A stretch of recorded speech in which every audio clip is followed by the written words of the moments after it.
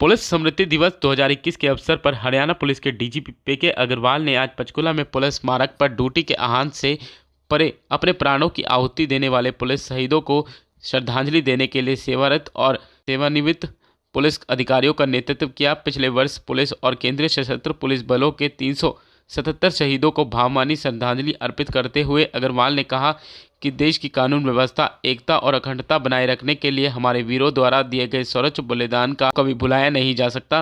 उन्होंने कहा कि इस वर्ष हरियाणा पुलिस के सिपाही संदीप कुमार ने भी ड्यूटी के दौरान अपने प्राणों की आहुति दे दी।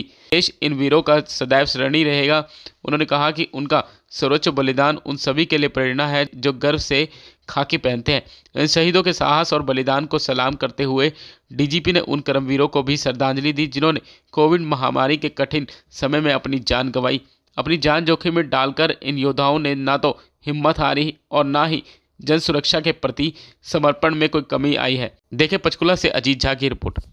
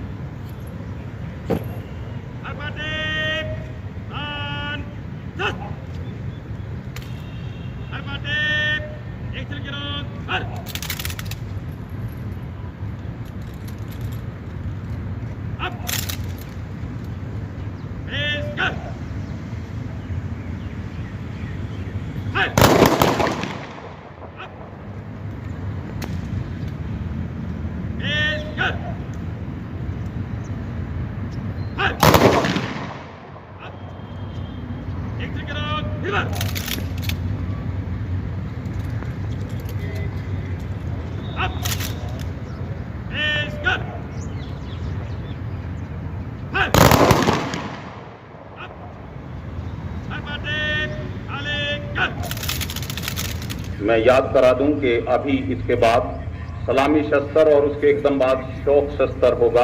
सलामी जहां हम अपने प्यारे साथियों का बलिदान याद करते हैं, एक हमारे मन में एक दुख, एक हम उन यादों को संजोते हैं। हमारे साथ के अधिकारी बहादुर जवान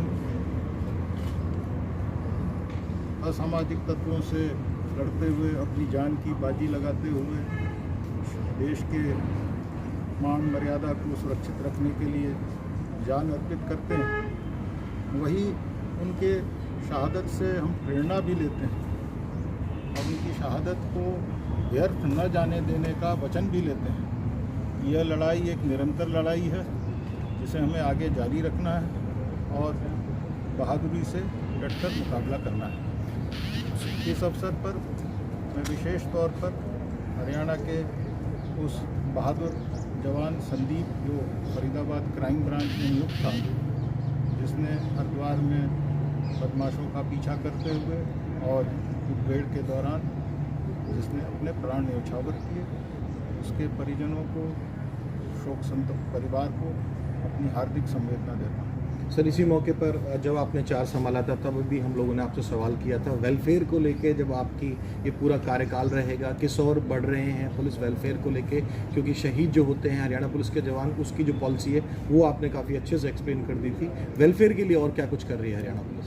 हमने कुछ और ऐसे विषय हैं जिनको चुना है, खासकर पुलिस जवानों के स्वास्थ्य को लेकर हम विशेष तौर पर ध्यान रखेंगे।